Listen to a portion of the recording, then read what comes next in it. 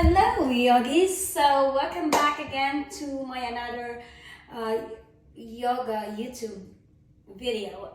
This tutorial is all about handstand tricks and tricks of the trains. So for my last video that I posted, I get asked about what if I can give tricks on how I do my handstand practice. So First of all, before I do everything in my practice, I warm up my joints, my muscles, I make sure that my shoulders are open and well oiled. I oil my joints all around, my hips. I practice hip mobility exercises. I posted some of that in my video here. And also, and I have many core exercises, by the way, just so you know.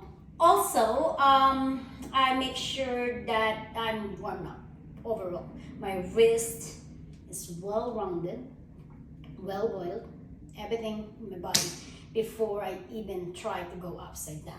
Okay, remember that always. And second of all, if you're gonna do a handstand practice, especially if you're in a beginner phase, you want to find two wall face to face, so one for your front end, one for your back end.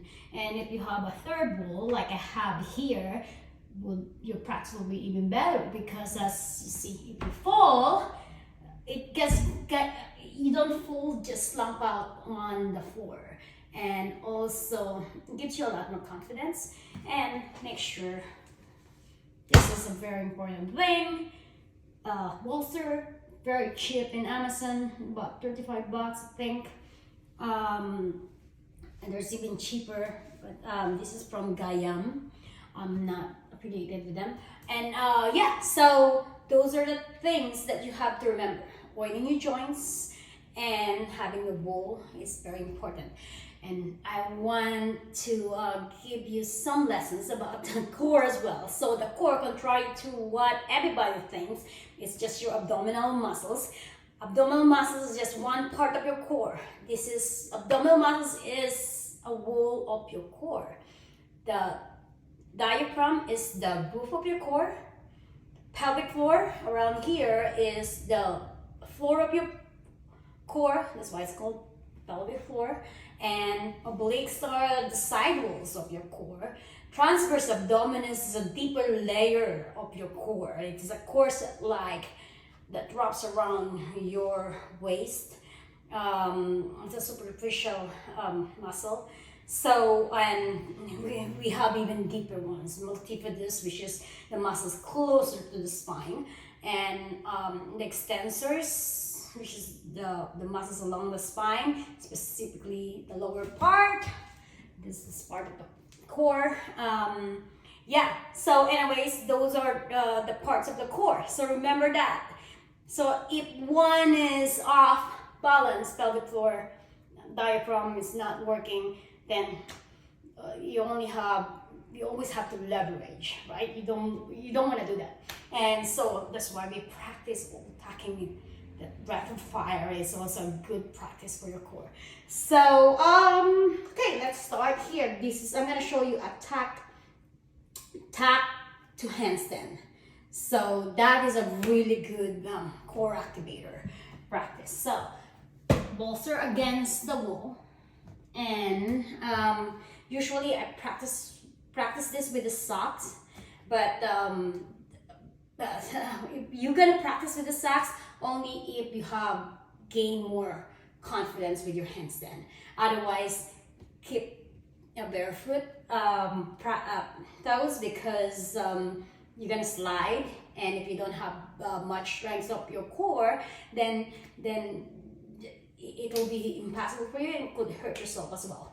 So another thing is make sure that that you are well aware about your shoulders, upper back activators, and make sure, one more important thing, your neck is well warmed. All the muscles around the neck is warmed up, are all warmed up, and you've done a lot of neck rolls Okay, remember that shoulders, very important. Open, and you've already done warmed up practice, maybe push up or something. Okay, so again, wall, front, back, side if you have that option. Bolster against the wall. So you're gonna find this your head closer to the bolster. So I'm gonna press the crown of my head against my bolster here. I'm gonna place my hands directly underneath my shoulders. Let me move my hair here. So, crown of the head, hands underneath the shoulders. Press the crown of your head against your bolster.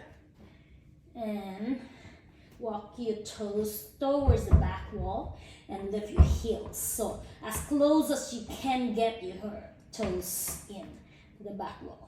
So make sure the wrist directly underneath your shoulders. You're gonna bend your knees. So you're gonna start to activate the core muscles. Hug the navel into the spine. Tuck your knees to the chest.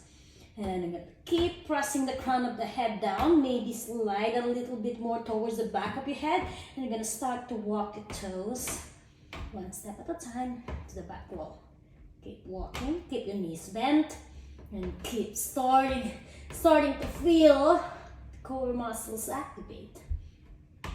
And then until you get your toes sort of in line with your hips. And then I'm gonna press more towards the crown of the head, all to the back of the head. So not exactly to the crown of your head. And then you're gonna practice this first. You're gonna extend your knees. So it's a good stretch for your hamstrings. Bend your knees. As you bend your knees, you're gonna activate the pelvic floor and extend. You're gonna activate your TVA, transverse abdominis. Bend your knees and extend. Now keep your belly in here. Really activate. So start to awaken all those muscles, to your core muscles, your hips. And then once I feel well situated here, one foot at a time, one leg at a time, knee tapping to the chest. You're gonna push your sacrum towards the front wall, towards the bolster. And then the other, maybe press the sacrum against the wall, maybe even hover if you're confident enough. And you're gonna extend your legs. And then tuck. And extend. And tuck. And extend. And tuck. And maybe open. Activate the toes. That kind of gives you that core activation. So, and then once you're ready, maybe rest your feet, legs on the wall. Start to tuck back in, hover, and then come out with your feet back to the wall. Bend your knees, walk your toes one step at a time towards the ground, and then come back on to your forward fold. Now you may notice that your wrists, because you carried so much weight there, maybe the neck, make sure you warm it up back. So you cool down those muscles. Maybe tap your chin to the chest, roll your wrists around, and then your shoulders. And there you go. And then, so see, hip mobility. So as you see, there's a lot of things to consider, but once you get this, you will hardly feel more of the neck, the shoulders, the wrists, once you really strengthen your core. It's all about the core. It's all about activating the core and strengthening the core. So, and you will, if you do that, as a rule of thumb of everything, you'll be, especially if you're suffering from lower back pain, a lot of that will ease out if you strengthen your core more. All right, so that's our tutorial for today. I hope you enjoyed that, and I hope that helps. Until the next tutorial.